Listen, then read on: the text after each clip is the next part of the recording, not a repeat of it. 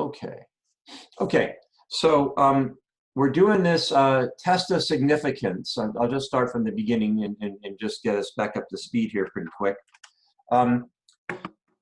Test of significance to decide about whether or not students at Cal Poly San Luis Obispo carry less than 10% of their body weight in their backpack. So the ratio of backpack weight to body weight is at less than 10%. So so that's where we had our ratio right here. And then they gave us a dot plot, and they gave us the summary statistics. So they told us that you know what? Let me clear the ink off of this here so that we can have it better. Okay. Whoa! What happened? Come back. One more time. Clear ink from page. There we go. That's better. Okay. So they gave us the summary statistics. They told us that the mean of their sample, we know it's the mean of a sample because it is X bar. Oh, I'm going to ask a couple questions here to see if you guys are on top of things or not. So math, random, 5, 1 to 25. Okay, so we're starting with Ariel. Ariel, if I was looking for the mean of the population, what symbol would I use? The mu. The mu, that's right. I would use mu if it was the population. And they gave us a standard deviation of our sample, which is S, and that's 0.0366. So Natalia, what would be the symbol we would use if we were looking for the standard deviation of the population? Standard deviation of the population? Yes. What's the symbol we use? Oh. I know it's not S. It's not S. S is the standard deviation of the sample. What is it? It's similar to S. Is it SD? No, that can't be right. No, I use that, but sometimes just to be clear, but that's not the official symbol that we use. I do not know. So what language is mu? What language, like, is the symbol in? Yeah. Oh, do you know? It's Greek. It's SE. Nope. I'm sorry. Okay, Bella, what do you got? Is it the circle with the little line? Yeah, which is sigma. Sigma. There you go. That's right. That's for a population, sigma. All right. So we're looking at the data. There's this nice dot plot. Could have been a histogram. Histograms and dot plots are very similar. And do they indicate that the sample data fall in the direction conjectured by these researchers? In other words, the researchers are saying, the research are finding out, where did we go here? We're looking for convincing evidence that the mean backpack to body ratio is less than. So I'm looking at the dot plot, and I'm saying, yeah, I'd say it does look like it's going to be less than 10%.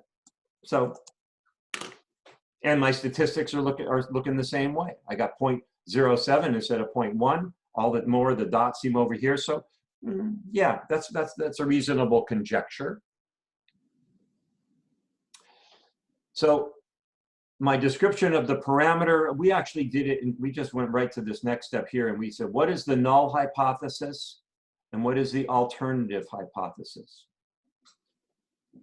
Null hypothesis is always an equal sign. If you don't remember that, write it down again, okay? The null hypothesis is always an equal sign. So my null hypothesis in this case is that the population mean, the mean backpack weight for the entire population is going to be 10%, 0.10. That's what I'm trying to nullify that. And I'm trying to nullify it by saying I have an alternative hypothesis that no, it's not equal to 0.10, it's really less than 0.10. So this is my alternative hypothesis, and this is how I write it. You know, H sub A and a colon, and I say my my population parameter mu is less than 0.10. We do not say that x bar is less than 0.10 because we know that x bar is less than 1.0. That's not a hypothesis. X bar, they gave it to us right here. It's 0.077. So I'm trying to find out, based on this, what are the chances that my actual population parameter is less than 0.10? So I do not say that, and I just crossed it off. So step 3, what are the requirements for the central limit theorem to be valid? Well, we're assuming that it was random, even though it didn't say that it was random. But we're going to go ahead and assume that it was random because it is stat students doing this. So, you know, they ought to know better. And is n greater than 30? Well, we were doing a sample of 100, and the 100 is absolutely greater than 30. So central limit theorem applies. We can use the central limit theorem for this test of significance. So far, so good? Just kind of blowing through that pretty quick because we already did that. All right, so I have to use the sample error. I need to find the sample error of the sample mean to approximate the standard deviation of what I think the whole population situation is going to look like. So I know that what I'm going to want here, I'm going to want to be able to draw a nice curve. This is actually not a normal curve. It's actually a t-distribution curve because we're dealing with means. But it looks the same as a normal curve. All the curves look the same. And I know that right in the middle here is going to be my, my h sub 0, which is mu equals 0.10. That's right in the middle there. And so my sample told me that the x bar was 0.077, so it's less than 0.10. But I need to figure out how many standard deviations that is from my 0.10. That's kind of what one of the things I'm looking for here. And in order to find out how many standard deviations it is, I mean, I don't know what the standard deviation is. They didn't give it to me. So I'm going to use the standard error. And the way I calculate the standard error for a mean is I take the standard deviation that they gave me, which was right here, and I divide it by the square root of the sample size. So, Mr. Jenkins? Yes, please. The standard deviation is 0.0366. Yes, did I say? I said the wrong thing. Thank you, Sitlali. Yeah, I'm glad somebody's awake. All right. Yes, you're right. You're right. My bad. Yeah, I'm looking for this, and I'm looking for the standard deviation. That's my s. I don't know why I did that. And I'm dividing that by the square root of n. So if I have 0.0366 and I divide it by the square root of 100, which was my sample size, this is what I get. I really just moved the decimal point over. So my standard error is 0.00366. Everybody good so far? Okay, now we're going to go to where we left off. Okay, so I know that my standard error based on the mean is equal to 0.00, what was it, 336 or 366? 00366. And I kind of go back to my, you know, z equals y minus y bar over s, right? This is a formula we've been using the entire semester. And what I am looking for is I'm looking for my test statistic. Now, if this was a proportion, I would be writing the test statistic as a z asterisk. But this is not a proportion. This is a mean. This is a quantitative variable. So I'm going to use a t asterisk for my test statistic. But the concept is the same. So how I'm going to find that is I'm going to say my t asterisk, which is essentially the same kind of a thing as the z here, is equal to y, my actual piece of data, which was 0.077, minus what I'm using in the middle right here for my mean, right, which is my null hypothesis of 0.10. So minus 0.10 divided by my sample error, which is 0.00366. The 0.077 is kind of the same thing as my y. The 0.10, which is my null hypothesis, is the same thing as my y bar. And my 0.0366, that's my standard error. That's the same thing as my s. And that is getting me how many standard deviations my sample mean is from my null hypothesis. Please, Bella. Where'd you get 0.10 from? So you remember when I do z equals y minus y bar over s? Yeah. Okay, so my null hypothesis is that the mean is 0.10. Oh, okay. Right? That's what I'm trying to disprove that. I'm trying to see if I have enough evidence to say that, nah, the mean isn't 0.10. Okay? But so I'm just assuming that it is for the purposes of calculating my test statistic. And if I do that, well, I think we need to call up a calculator here. Let's get the calculator open.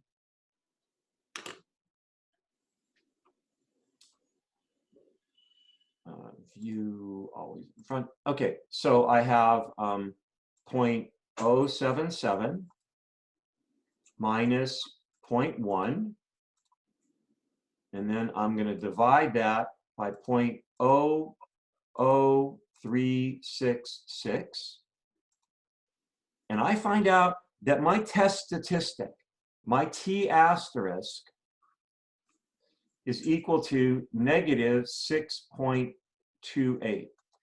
So that's like my z-score, right? That's negative 6.28. So if I am going to, let's extend the page here.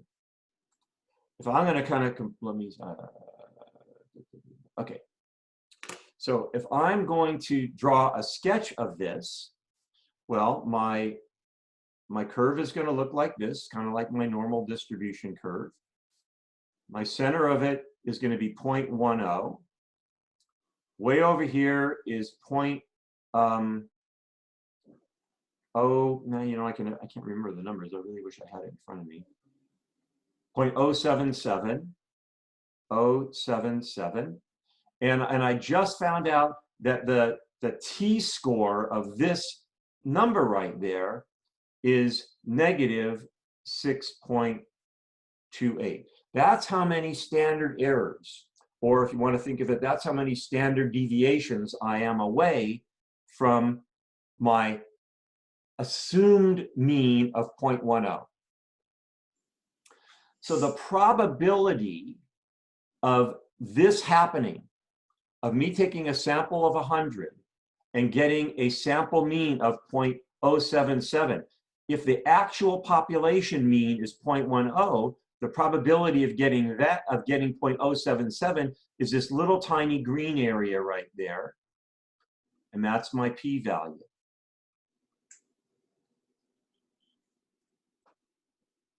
Am I okay? Is that you following along? Is there a question? So we're doing okay. Yeah, actually. Sorry, What? Maddie, what? Yeah, I do have a question, but it was from before with the y minus y bar over s. Yes. just that I thought that you would switch, it would be 0.10 minus 0.077 because I thought y bar meant the mean. Well, y bar does mean the mean. So in this case, though, and this is important, when we're doing a test of significance and we're finding a p-value, I kind of mentioned this last time. When we're doing a p-value, we are making the assumption, our null hypothesis, we are assuming that the mean is what we have for our null hypothesis. So I'm making the assumption that our mean is 0.10, and my actual data point, which is my actual data point, is 0.077, right? So that's why this is equivalent to my y, and this is equivalent to my y bar. Okay, that makes sense. Does it make sense? Okay, yeah. So when we're doing a test of significance, when you're trying to find a p-value, what's going to be right in the middle here of your picture is going to be your null hypothesis. Even if you're pretty sure it's going to be proven, it's going to be disproven, that's what we're sticking in the middle because we want to end up with a diagram that looks like this. I want to see where my actual statistic is based on the sample, and how does that relate to my null hypothesis? Well, it's negative 6.28 standard deviations away from the null hypothesis. So I'm going to go back to my calculator, and I'm going to say, well, what is that probability? So to do that, I go to second distribution, and instead of doing normal CDF, I'm going to do TCDF, so that's 6. And I'm trying to find the area over here to the left of 0.077. So I'm going to start at negative 99, and I'm going to end at negative 6.28, and I'm going to find that the probability. Mr. Jenkins? I forgot something. Yes. Yeah, I was about to say. Yeah, you forgot to put the degrees of freedom. I forgot the degrees. Being 99. I forgot the degrees of freedom. I forgot the degree. That's why I got the error. That's right. I forgot the degrees of freedom. So let's try it again. I'm going to go second distribution, and since it's a TCDF, it's a T distribution. I'm going to go from negative 99 to negative 6.28. And let's just ask somebody here. I'm going to ask Alyssa, do you know what my degrees of freedom are here?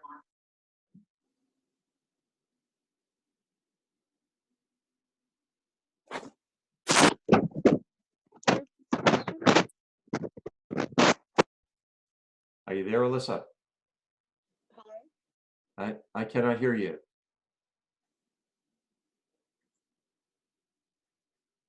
Okay, hang on. You'll know in a minute. I'm not sure why we can't hear you, but that's okay. Well, Grace is not here. And okay, Yvette, what's our degrees of freedom here?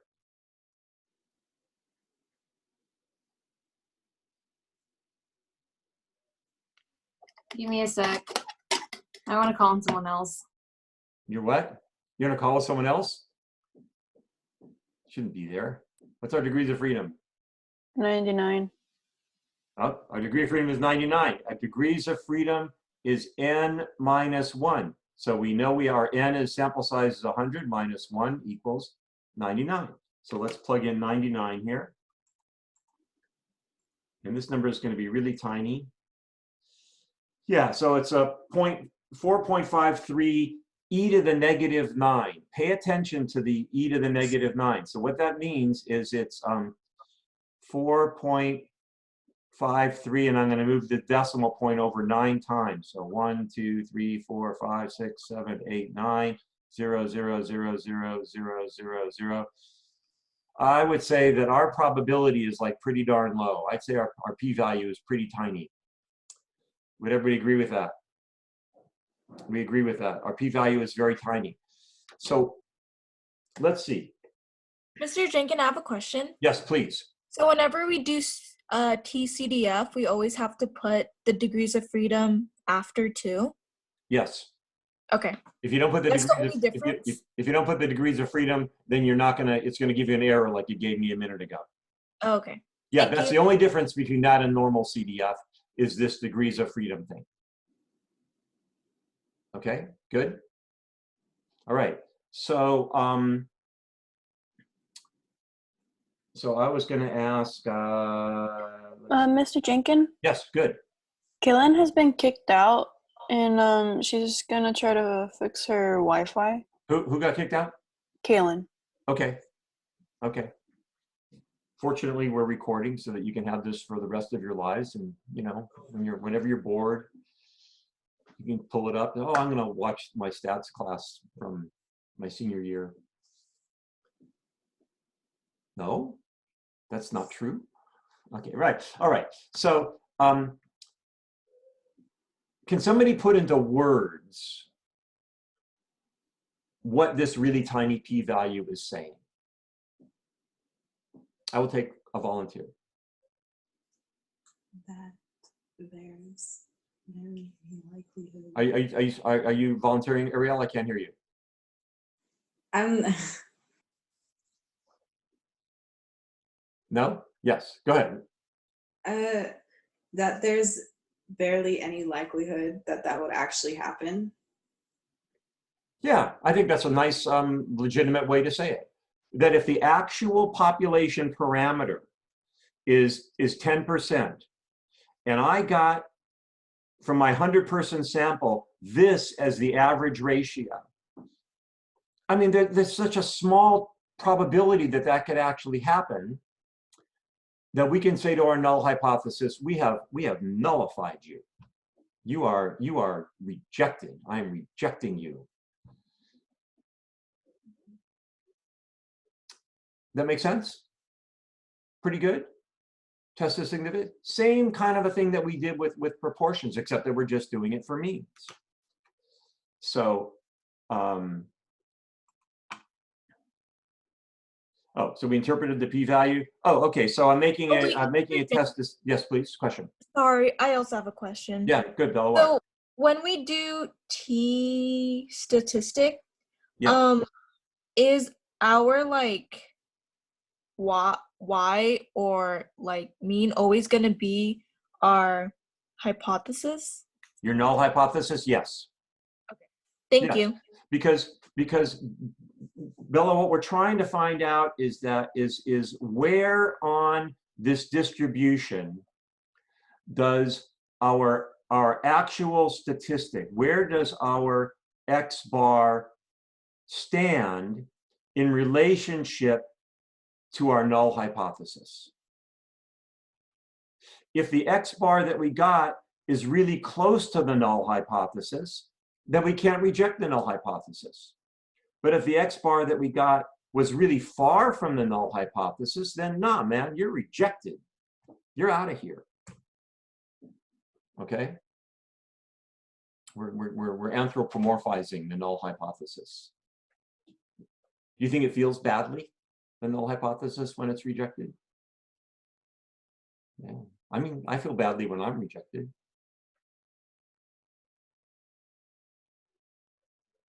Somehow we can turn this into a story. You know, the alternative hypothesis rejects the null hypothesis. Okay.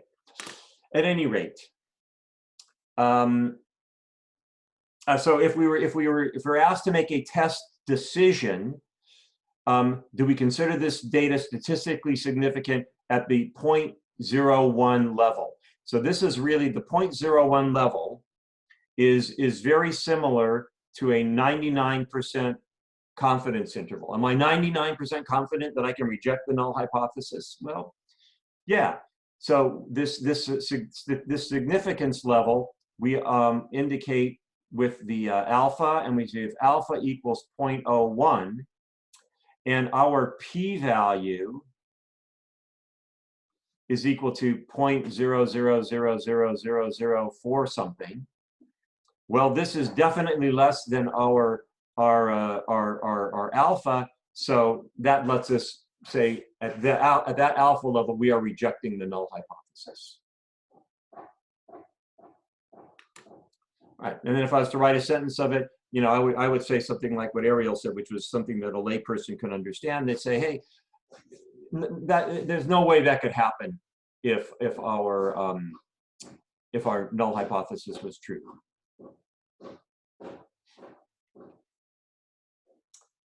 This is a chart. It is in that PDF that I sent you. So that I went through that PDF that I sent you. I showed you guys everything that's in that, correct? Yes? No?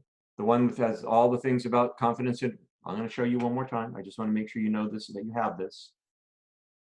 NDA, stats, lessons. I think I put it here in Unit 4. Yeah, Inference Key Points. Yeah, this is a 7-page summary of really all the important points right out of the book.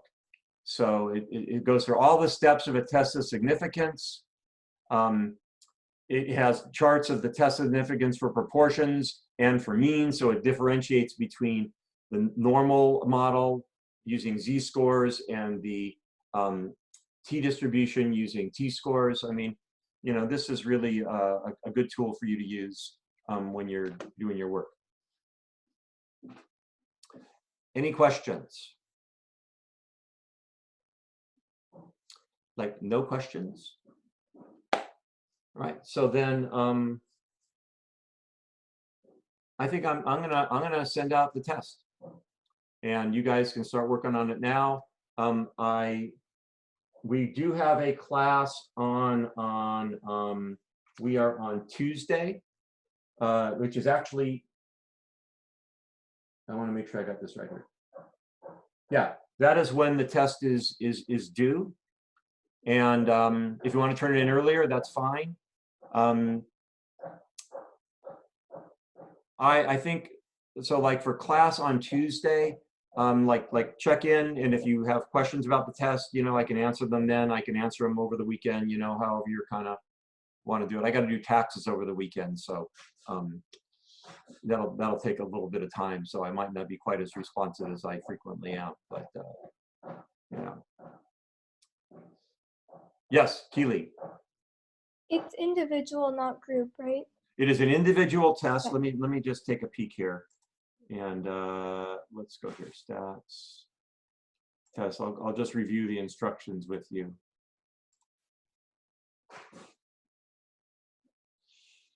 Yeah. Okay. So it is an open book and open notes. So you can use your book. You can use your notes. You can use a video. Anything, but no collaboration. Okay. And it says the accompanying 2 pages have data from when I asked the class when you went to bed and when you woke up the previous night. So I am actually using that data, and those are the last 2 pages here of the test. There's a test that had the actual hard data, and then I used my TI calculator, and I kind of did some statistics for you, that some of which you'll need and some of which you won't need, but you're gonna have to figure out which ones you need and which ones you don't. Make sense? Okay. Well, I'm calling it a session here. It's a wrap. All right. So go have like well, guys, you guys got like 40-50 minutes. You can like probably take the test and do it. Do the whole thing, get it out off your plate, then not have to worry about it. All right. We're done. Go. We'll see you later. All right. Thank you, Mr. Hankin. Welcome, guys. Thank you. You're very welcome. Ah, what happened? I don't know.